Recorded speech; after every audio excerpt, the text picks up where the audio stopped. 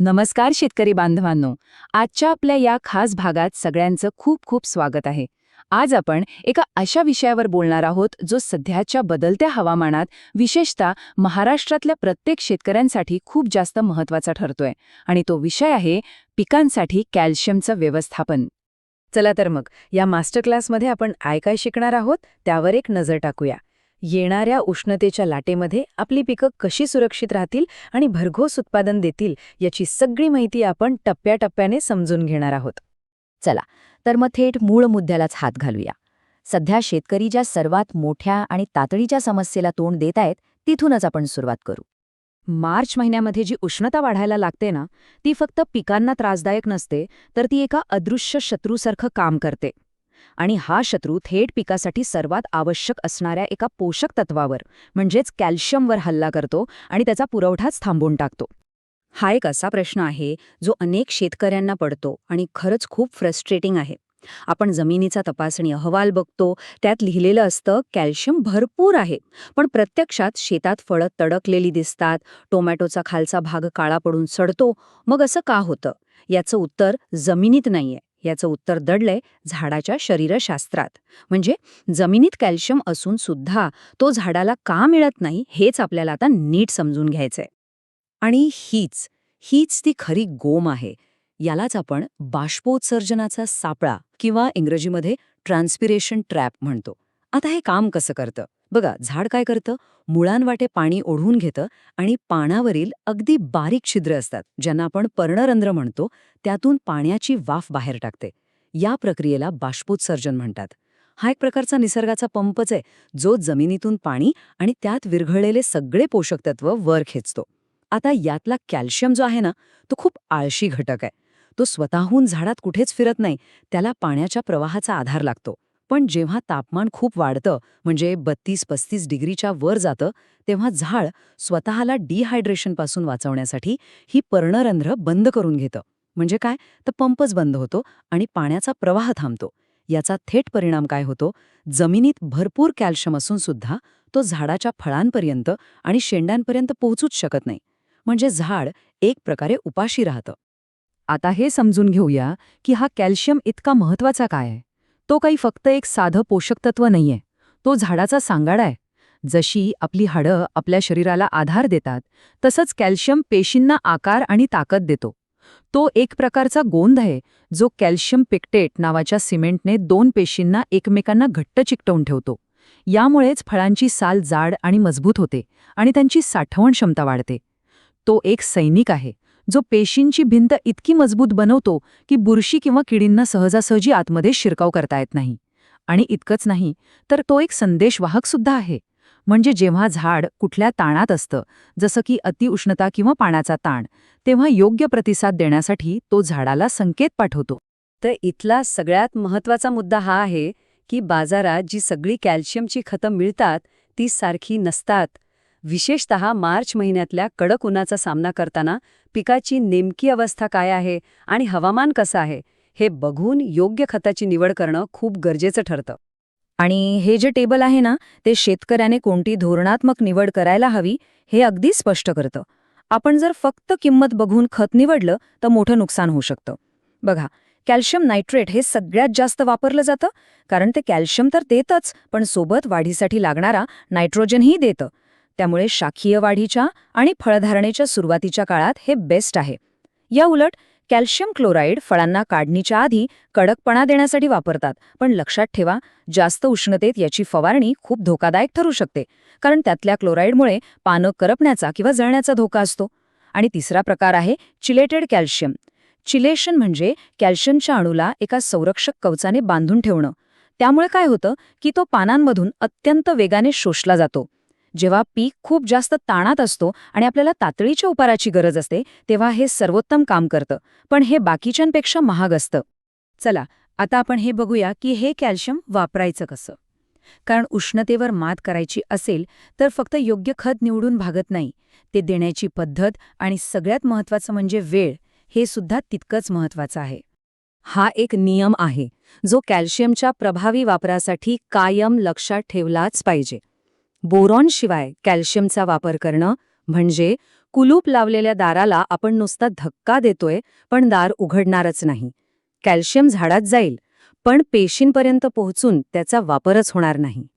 ही जी कार्यपद्धती आहे ही फक्त एक उत्तम सवय नाही, तर आपलं खत पिकाला लागणार की वाया जाणार हे ठरवणारी गोष्ट आहे. पहिलं, बोरॉनचं प्रमाण. बोरॉन पेशींच्या भिंतीचं जाळं तयार करतो आणि कॅल्शियम त्यामध्ये सिमेंटसारखं भरण्याचं काम करतो. दुसरं, पाण्याचा सामो म्हणजे पीएच. जर पाणी अल्कधर्मी असेल म्हणजे त्याचा पीएच 7 पेक्षा जास्त असेल तर त्यात मिसळलेला कॅल्शियम इतर क्षारांसोबत मिळून अविद्राव्य होतो, म्हणजे झाडाला तो उपलब्धच होत नाही. तिसरं, वेळ. सकाळी सकाळी झाडाची शोषण क्षमता सर्वात जास्त असते. दुपारी कडक उन्हात खत दिलं तर पाण्याचं बाष्पीभवन होऊन पानांवर डाग पडू शकतात. आणि चौथं म्हणजे स्टिकर. उष्णतेपासून स्वतःला वाचवण्यासाठी झाड पानांवर एक मेणाचा थर तयार करतं. त्यामुळे चांगल्या प्रतीचं सिलिकॉन स्टिकर वापरल्याशिवाय फवारणी पाण्यावर पसरणारच नाही आणि शोषली जाणार नाही. आता आपण आणखी खोलात जाऊया आणि महाराष्ट्रातल्या काही प्रमुख पिकांसाठी कॅल्शियम व्यवस्थापनाचं अचूक वेळापत्रक काय असायला हवं ते पाहूया. नाशिक, सांगली आणि सोलापूर पट्ट्यातल्या द्राक्ष बागायतदारांसाठी मार्च महिन्यातली सगळ्यात मोठी डोकेदुखी म्हणजे मणी तडकणे, ज्याला आपण बेरी क्रॅकिंग म्हणतो, आणि वॉटरबेरी नावाचा रोग. जेव्हा मण्यात पाणी भरण्याची अवस्था असते तेव्हा कॅल्शियमच्या कमतरतेमुळे मण्याची साल कमजोर राहते. दिवसा तापमान वाढतं आणि रात्री थंडी पडते. या तापमानातल्या बदलामुळे सालीवर ताण येतो आणि ती तडकते. डाळिंब उत्पादकांसाठी सुद्धा फळ तडकणं हीच मार्च महिन्यातली मुख्य समस्या आहे. डाळिंबाची साल लवचिक राहण्यासाठी कॅल्शियम खूप महत्वाचं आहे. जेव्हा फळाचा आकार वेगाने वाढत असतो पण कॅल्शियमच्या कमतरतेमुळे साल पुरेशी ताणली जात नाही, तेव्हा ती तडकते. आणि यामुळे फळाची क्वालिटी आणि बाजारभाव दोन्हीवर परिणाम होतो. ही जी सारणी आहे ती एक प्रकारे फील्डवर वापरण्यासाठीचं प्रॅक्टिकल गाईड आहे. यात प्रत्येक पिकासाठी कोणती पद्धत वापरायची, कोणती वेळ योग्य आहे आणि डोस किती घ्यायचा हे स्पष्टपणे दिले आहे. उदाहरणार्थ, द्राक्षामध्ये मणी मऊ होताना कॅल्शियम क्लोराईडची फवारणी केली तर साल कडक होते. डाळिंबामध्ये फळवाढीच्या काळात ड्रिपमधून कॅल्शियम नायट्रेट थोडं थोडं दिलं तर फळं तडकत नाहीत. ऊसामध्ये सुरुवातीच्या काळात कॅल्शियम दिल्यास मुळं आणि फुटवे मजबूत होतात. आणि टोमॅटो मिरचीमध्ये ब्लॉसम एंड रॉट टाळायचा असेल तर फुलोरा लागल्यापासून नियमित फवारणी करणं गरजेचं आहे. आता जो पुढचा भाग आहे तो खूप जास्त महत्त्वाचा आहे. खताच्या वापराशी संबंधित उपकरणांचं नुकसान आणि आर्थिक तोटा होण्याचं जे सर्वात मोठं कारण आहे ते कसं टाळायचं यावर आपण बोलणार आहोत. कारण एक छोटीशी चूकसुद्धा हजारो रुपयांचं नुकसान करू शकते. अहो, विचार करा, शेकडो लिटरच्या टाकीत आपण एवढी महागडी खतं मिसळतो, पण त्याआधी फक्त एक छोटीशी सोपी 4 पायऱ्यांची जार टेस्ट केली ना तर तुमची लाखो रुपयांची ड्रिप सिस्टीम चोक होण्यापासून वाचू शकते. ही खरं तर एक खूप छोटी सवय आहे, पण यामुळे होणारं मोठं आर्थिक नुकसान आणि मनस्ताप सगळं टळतं. याच टेस्टला आपण खतांची सुसंगतता चाचणी म्हणतो. आणि हा आहे त्याचा प्रत्यक्ष परिणाम. डावीकडे बघा, कॅल्शियम नायट्रेट आणि बोरॉनचं मिश्रण आहे जे पूर्णपणे पारदर्शक आहे. याचा अर्थ ते सुरक्षित आहे. आणि आता उजवीकडे बघा, इथे कॅल्शियम नायट्रेट आणि 19-19-19 या खताचं मिश्रण आहे आणि त्यात दुधासारखा पांढरा साखा तयार झाला आहे. यालाच आपण खतं फुटणं असं म्हणतो. हे मिश्रण तुमचं ड्रिपर्सना काही मिनिटात बंद करून टाकेल. यामागचं विज्ञान अगदी सोपं आहे.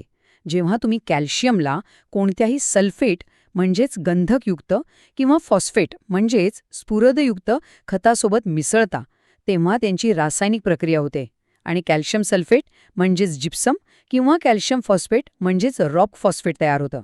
हे दोन्ही पदार्थ म्हणजे दुसरं तिसरं काही नसून पाण्यात न विरघळणारा दगड आहे, जो प्लास्टर ऑफ पॅरिससारखा तुमच्या पाईप्स आणि ड्रिपर्समध्ये जाऊन अडकून बसतो आणि तुमची सिस्टीम कायमची खराब करू शकतो. तुमच्या सोयीसाठी ही एक स्पष्ट मार्गदर्शक सूची आहे. एक सरळ नियम लक्षात ठेवा. कॅल्शियमची सल्फर आणि फॉस्फरसची अजिबात पटत नाही, त्यांची दुश्मनी आहे. त्यामुळे कॅल्शियम नायट्रेटसोबत तुम्ही पोटॅशियम नायट्रेट, बोरॉन किंवा मॅग्नेशियम नायट्रेट मिसळू शकता. पण मॅग्नेशियम सल्फेट, झिंक सल्फेट, 19-19-19, 052-34 यांसारखी खतं चुकूनही एकत्र मिसळू नका.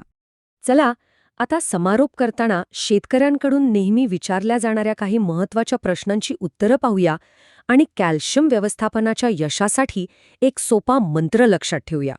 महाराष्ट्राच्या काळ्या कसदार जमिनीत ही एक खूपच सामान्य समस्या आहे. जमिनीचा रिपोर्ट तर उत्तम येतो, पण पिकांमध्ये मात्र कमतरतेची लक्षणं दिसतात. यामागे एक महत्त्वाचं शास्त्रीय कारण आहे. ह्या समस्येला निष्क्रिय कमतरता असं म्हणतात. याचा अर्थ असा की जमिनीत कॅल्शियम तर आहे, पण तो अशा स्वरूपात आहे की झाड त्याला घेऊच शकत नाही. आपल्या काळ्या जमिनीत जो कॅल्शियम असतो तो चुनखडीच्या म्हणजे कॅल्शियम कार्बोनेटच्या स्वरूपात असतो आणि तो पाण्यात अजिबात विरघळत नाही. त्यामुळे झाड त्याला शोषून घेऊ शकत नाही. यातला सगळ्यात महत्त्वाचा मुद्दा हा आहे की जमिनीत किती कॅल्शियम आहे यापेक्षा तो किती उपलब्ध आहे हे जास्त महत्त्वाचं आहे. जमिनीत लाखो टन कॅल्शियम असूनही जर तो झाडाला घेता येत नसेल तर त्याचा शून्य उपयोग आहे. म्हणून उपाय हा आहे की जमिनीतला कॅल्शियम उपलब्ध करण्याच्या फंदात पडण्याऐवजी ड्रीप किंवा फवारणीद्वारे थेट उपलब्ध स्वरूपातला कॅल्शियम पिकाला द्या. आणि हाच आहे आजच्या चर्चेचा अंतिम निष्कर्ष. एक निरोगी पीक आणि फायदेशीर कापडी मिळवण्यासाठी हा एक सोप्पा 4 पायऱ्यांचा मंत्र आहे. 1. काहीही मिश्रण करण्याआधी नेहमी जार टेस्ट करा. 2. कॅल्शियमसोबत त्याचा जिगरे दोस्त बोरॉन नेहमी वापरा. 3. उष्णतेमध्ये वेळ साधून सकाळीच खत द्या. आणि 4. पिकाची अवस्था कोणती आहे त्यानुसार योग्य प्रकारच्या कॅल्शियमची निवड करा. या तांत्रिक नियमांचं जर आपण पालन केलं तर मार्चच्या या आव्हानात्मक उष्णतेतून आपल्या पिकांचं नक्कीच संरक्षण होईल. जर हा व्हिडिओ तुमचा विचार बदलत असेल तर लाईक करा, सबस्क्राईब करा आणि हा व्हिडिओ शेअर करा.